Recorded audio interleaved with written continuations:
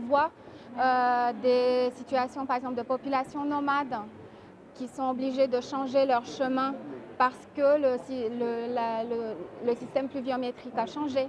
On a des exemples dans le Sahel d'extrême sécheresse et de désertification qui fait que les populations sont obligées de bouger. Par contre, beaucoup de cette migration est interne au pays et qu'une moindre partie est internationale. Et si elle est internationale, elle est d'autant plus importante pour l'Afrique car elle reste infra-africaine entre les régions du continent.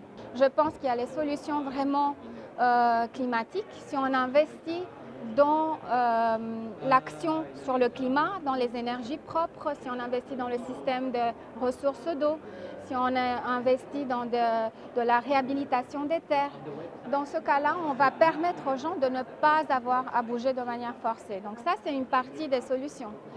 D'un autre côté, je pense qu'il y a des solutions plus tournées vers l'humanitaire, les droits de l'homme, l'assistance aux personnes qui sont déjà en mouvement, qui est tout un autre domaine de solutions qui existe.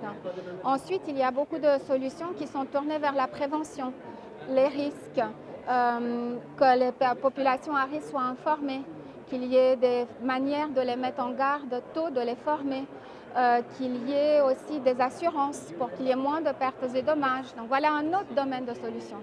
Et enfin, je pense qu'il y a aussi des solutions autour de la migration, que les États voient les questions de l'impact du changement climatique sur la mobilité humaine, se mettent ensemble pour discuter. Les espaces, par exemple, en Afrique, et les espaces de discussion économique et de libre circulation des personnes sont clés.